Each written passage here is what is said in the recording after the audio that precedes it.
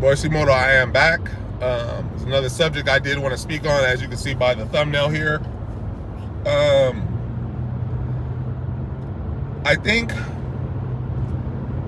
I don't know if people understand how the system works when it comes to DoorDash. And it could possibly be Uber Eats, but since I don't drive for Uber Eats, I won't speak too much on it, or at all. I'll just speak about DoorDash. But you have this rating system, and this rating system matters. Like, I don't understand where some people feel like the rating system does not matter.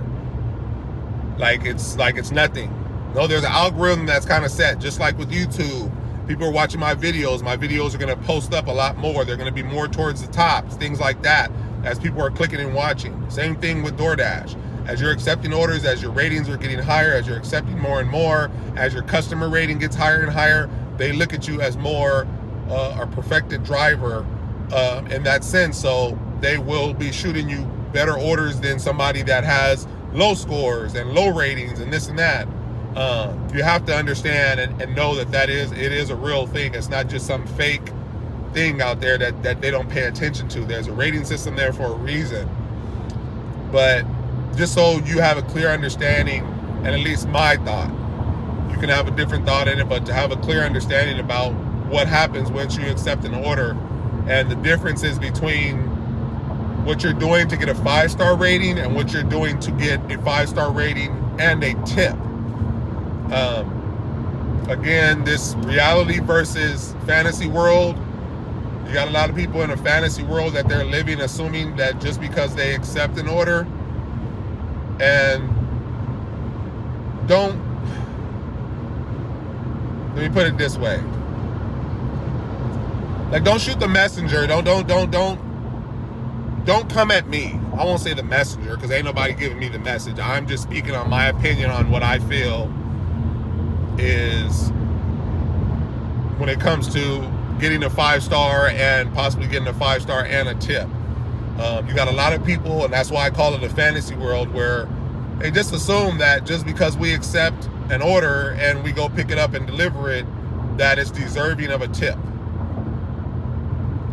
You have to understand, at bare minimum, you accepted an order, the order being picked up on time, the order being dropped off on time, the order being left exactly the way they put it, if there was any specific instructions to do so, and there was no issues, that is deserving of a 5-star rating. And that's all you have to do, generally speaking. You accept an order, you pick up the order, you drop the order off. As long as everything is within the time frame that it needs to be, you are deserving of a 5-star rating. Now, come that same 5-star rating and being tipped, I personally feel, even in the tipping world, hey, what did you do extra for me that deserves a tip? Whether it be Starbucks, whether it be you're a waiter at a restaurant bringing me my food, whether we're doing this driving thing, what is it that you did extra to then be deserving of a tip? Again, I'll speak on the simple fact that most people complain about, in the sense is like, oh, my gas, my maintenance, my tires. Most people will speak on it to that point like that, but I just look at it like, at the end of the day, it's like, you signed up to do this. You signed on the dotted line to say, yes, I'll drive my car. Yes, I'll pay for my gas. Yes, I'll pay for my maintenance. And I'm going to do this delivery job. Granted, you did that. And I'm just seeing the things over and over about customers leaving tips, but I'm not really hearing about what people are doing in terms of an excellence of customer service to then get those tips. Us accepting the order, picking it up and dropping it off, me personally, I don't consider that to just be like, oh, let me tip you. And I give tips. I tip people, but only with excellent service. So I feel like, okay, when I go get waited on at a restaurant and there's a waiter, are you being nice? Are you being concerning of any possible things that I need out while I'm sitting there eating? Are you coming back to check on me, make sure my drinks fill, this and that? Those are things that you can do. Yes, you drove to work. Yes, you are getting paid an hourly wage, and your job is to take my order and bring me my order. Now, you can do that and it'd be just fine. Is it deserving of a tip?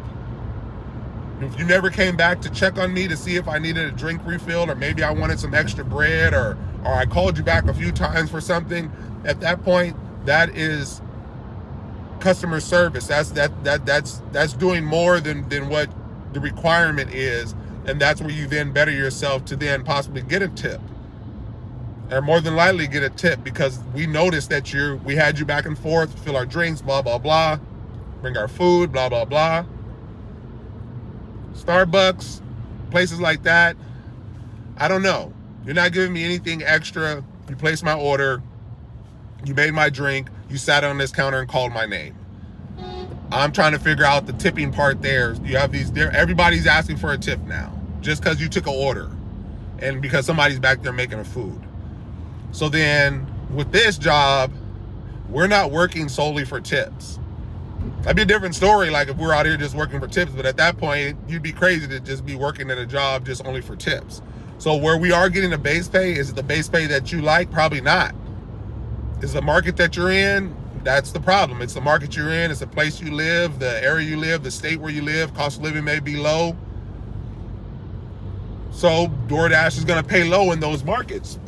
I mean, like I said, in comparisons to where I'm at being in California, with having Prop 22 and just as busy as DoorDash is, they can afford to pay more here, but it won't go across the board like that though. The same money I make here in California won't be the same money that somebody will make somewhere else.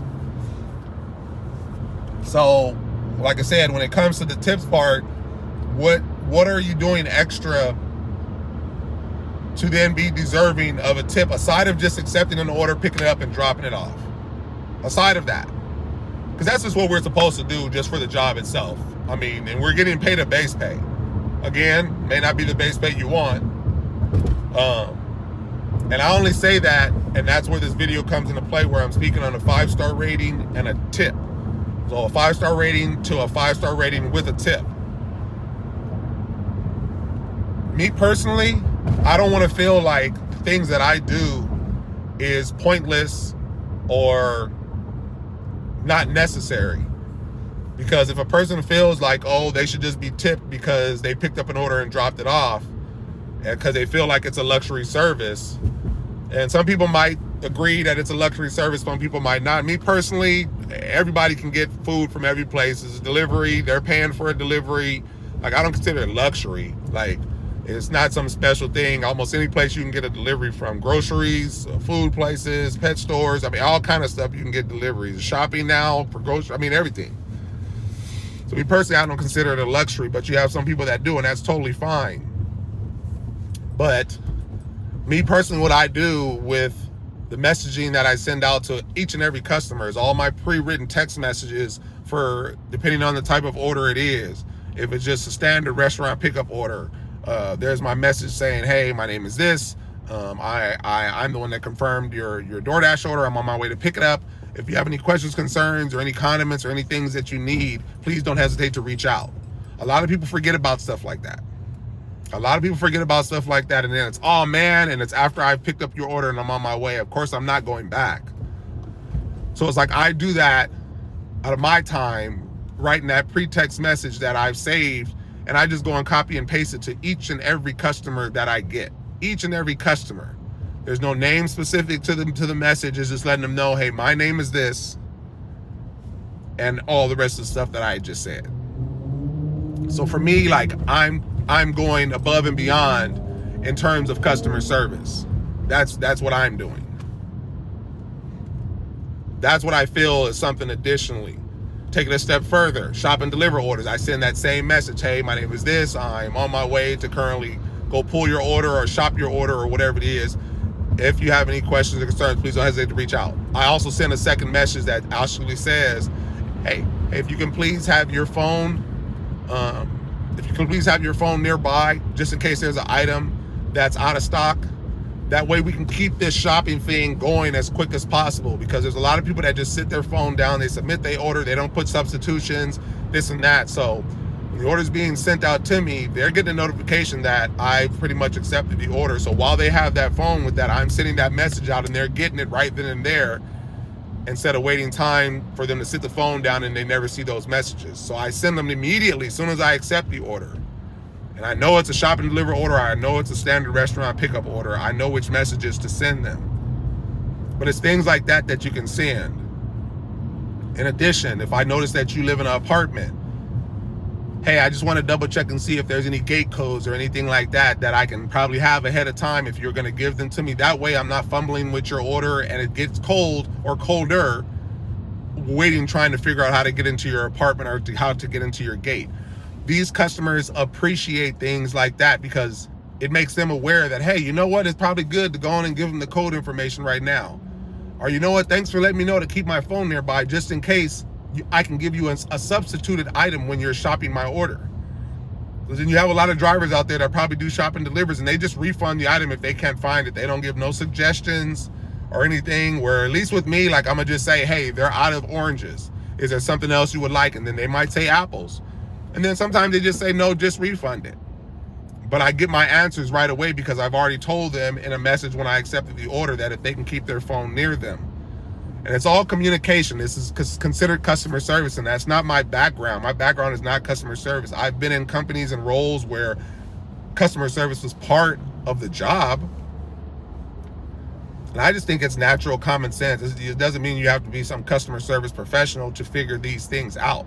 But these are little things that I do to more better and guarantee myself the best experience for the customer to have with me as a driver, as their driver. And I get a lot of repeat customers, possibly because of it, due to my ratings that they're constantly giving me. I do get a lot of repeat customers. As busy as this city is, and as busy as my market is, for me to consistently just keep getting repeat customers, it has to mean something, that they're giving me 5-star ratings, they're typing in comments, this and that, blah, blah, blah. So like I said before, it better then helps me, even if not that time, it helps me the next time, because they're like, oh yeah, that was the guy from last time and he took care of my order, I'm gonna tip him this time. But like I said, you have 2 to 3 chances to possibly get a tip in an order. There's a pre-tip before they even send the order out to the driver. Some can already be tipped. Then you have in the middle of the order, they can possibly leave you a tip in the middle of the order depending on something that you're providing for them to then want to give you a tip. And then at the end, when you're getting ready to drop the order, or after you've dropped it off, they can add a tip then. So there's a couple different areas within the order that you can possibly get that tip. And if you're gonna get a tip, more than likely you're gonna get a 5-star. So that's why I'm saying the difference is between just getting a 5-star, working for that 5-star rating, and working for a 5-star rating with the tip. I feel like I need to do something extra besides accepting an order and dropping it off, because I've already agreed with DoorDash that I was gonna drive my own car, that I was gonna pay for my own gas and this and that and blah, blah, blah. So I won't use that excuse to snap at the customers or to say the customers trash because they didn't send me a tip. Should they tip? Yeah, they should tip. More than likely, yeah, they should tip. Do I push the envelope that a tip has to be? No, I don't. I don't depend on tips. I don't let it worry me to that point, because you got a lot of people that worry their mind because they didn't get a tip. And it's just crazy. Like, forget that the order was $7 and you accepted it and you made the $7. We're not even talking about the $7 or anything. You're more talking about the tip of $2 or $3 or $4. And it's like, are you happy you got the $7? Or are you more concerned about getting $3 or $4 from the customer as a tip? So it's just like, nobody's ever happy. Like, it seems like it'll always be more and more and more that's needed. So like I said, just wanted to kind of speak on that. If you guys have a difference of opinion when it comes to a 5-star rating, what you're working towards to get a 5-star rating versus a 5-star rating and a tip, let me know what the differences are in your mind. Things that you feel you have to do, things you don't have to do. Do you feel like you should just be automatically tipped just because you accepted the order, or are you one to want to actually provide some kind of excellent customer service, something a little bit more to then try to get tips? I get tips all the time after the fact, just because the overall service, I'm constantly getting that drop down text message saying, hey, blah, blah, blah, added this tip. Keep up the great work. I think that's the generic message it says when a tip is added. I get a lot of those. I get a lot of pre-tipped orders. I get a lot of orders in the middle of my order. But at the ones at the end, I get a whole lot of those orders, and it's just, after the service I provide to them, it's great. I'm making sure I drop off. I don't leave stuff in front of the doors for them to swing out and hit the food. I'm considerate of that, making sure it clears. so they can open doors. If they're asking me to leave it in a specific place, they're telling me not to ring doorbells, not to knock, things like that. I try to be considerate of any requests that they have when they have them. And I just feel like those things are automatic just to get the 5-star rating part. But like I said, I feel like you have to do something extra to then be deserving of a tip. While all these other companies out there in places is like, you got to do something extra. You got to provide great service to get that tip. We're no different. And people are just basing because they have to spend the gas money to drive that they need the tips. When, like I said, at the end of the day, if you're driving in a market that just doesn't pay really good base pays, that's a problem. And that's an issue that you're having to deal with in terms of continuing to drive for a company that's not paying you the right money. And you continue to do so. You continue to drive for a company where the orders are just not great in that market. I don't know why, but you do it. I mean, you take a little money, I guess, but I mean, to complain about it and to get on here and create videos and this and that, oh, there's trash, and you can't compare it to other places in terms of the pay. So like I said, whether you guys agree or disagree, I take both sides of that or whatever it is. I don't mind. I don't feel like I'm perfect. I don't feel like I'm 100% right all the time. But come this customer service thing, I know I like to be treated a certain way. And I tip based on the experience that I have with somebody that's providing an actual service, an actual excellence of service, and not just the basics, because you're getting paid to do the basics. Starbucks, you're getting paid to do that drink. Did you throw me a little bit of extra caramel in it or something like that and let me know? Or if I asked for it and you didn't charge me, yeah, a tip comes into place. But you're getting paid your hourly wage to make my drink. I paid for my drink. You're to make it and get it to me. Is that deserving of a tip? No, that was your job. And that's the way I feel when it comes to this job. That way I don't get all tip crazy that it's a requirement and then I start flipping out over customers. I start flipping out on them or start telling them things because they didn't send me a tip. So I put more energy into the customer service side of it, providing a little bit of extra things here and there to where the customers appreciate it. And they personally send me messages, hey man, I never get a message like this from any Dasher. That's cool, and this and that. I get so many messages like that. Wow. You don't have to do it, but it just better does help you to possibly get that tip or whatever it is. But like I said, just to break down the differences between just getting a 5-star and getting a 5-star with a tip. Like I said, you're more than likely guaranteed to get a 5-star rating if you're getting tipped. Because ain't nobody tipping people if the service is not good. Ain't nobody gonna tip you and they're gonna give you a 2-star or a 3-star. Maybe a 4-star, but I'm thinking maybe not. So with that, let me know how you guys feel. I mean, am I doing too much to think that I need to do something extra to get a tip? Am I doing it for nothing? Because some may feel like they should just be tipped for accepting and dropping off the order. Of course, I'm going to continue to drive the way that I drive. It's worked for me for years now. I've been doing this whole message thing to all the customers, and it's working out perfect.